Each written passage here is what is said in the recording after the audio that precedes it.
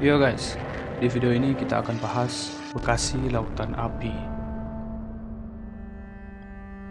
Pasca kemerdekaan Indonesia terjadi sebuah peristiwa bumi hangus di kota Bekasi yang dilakukan oleh pasukan sekutu pada 13 Desember 1945. Peristiwa ini terjadi pada revolusi fisik tahun 1945 sampai 1947. Kota Bekasi dibumi hanguskan oleh hujan bom dan pembakaran rumah warga, serta pembakaran kantor pemerintahan oleh pasukan sekutu. Peristiwa ini bermula ketika pesawat Dakota milik sekutu yang mendarat darurat karena kerusakan mesin di Rawagatel, Jakung pada 23 November 1945. Sebuah pesawat pengintai sempat melaporkan kedua kru RAF dan para penumpangnya selamat. Pesawat itu terbang dari Pangkalan Udara Kemayoran menuju Lanut Kalibaten di Semarang. Pesawat tersebut berisi 26 penumpang, diantaranya 2 orang Inggris yakni kru pilot RAF, 2 orang Belanda, dan 22 orang tentara pasukan Gurkha. Beberapa warga sekitar yang melihat kejadian tersebut bergegas hendak menolong kru yang selamat. Namun, sepertinya kru pesawat menganggap warga akan menyergap mereka. Kemudian mereka menembaki warga yang hendak menolong. Pada akhirnya beberapa warga pun tumbang akibat penembakan tersebut. Setelah peluru mereka habis, warga yang marah pun beramai-ramai datang untuk memukuli para awak pesawat, lalu ditawan dan dibawa ke tangsi polisi alun-alun Kota Bekasi. Di tangsi Kota Bekasi, unit setempat diberi perintah untuk merawat tahanan dengan baik.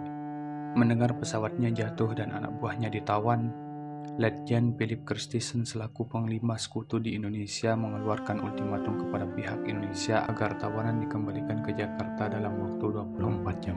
Mendengar desakan tersebut, para pejuang yang sudah muak menghiraukan ultimatum tersebut.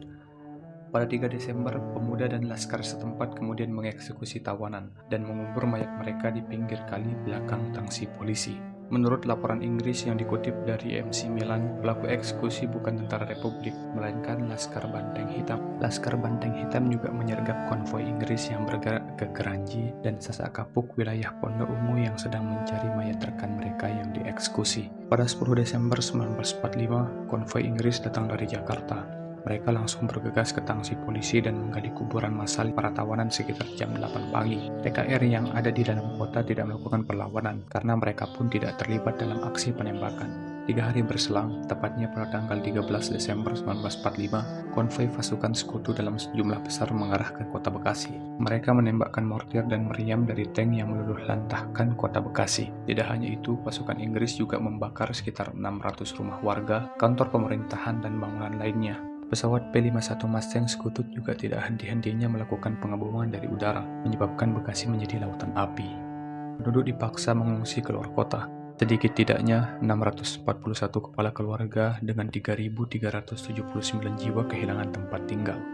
Akibat tindakan itu, Inggris selaku pemegang kendali di Asia Tenggara langsung mendapat tekanan internasional. Sejumlah surat kabar mancanegara seperti The Mercury, Army News, dan Truth melansir kecaman atas tindakan Christisen itu. Panglima tertinggi sekutu di Asia Tenggara, Laksamana Lord Louis Mountbatten, menyesali tindakan Christisen. Christisen mengklaim mendapat persetujuan dari penasihat politik Mountbatten bahwa penembakan Bekasi merupakan operasi yang diperlukan. Tapi Mountbatten merespon bahwa peristiwa itu sangat disesalkan dan jika dia diberitahu lebih awal mungkin tak semestinya terjadi. Perdana Menteri Indonesia Sultan Syahrir memprotes keras pembumi hangusan Kota Bekasi.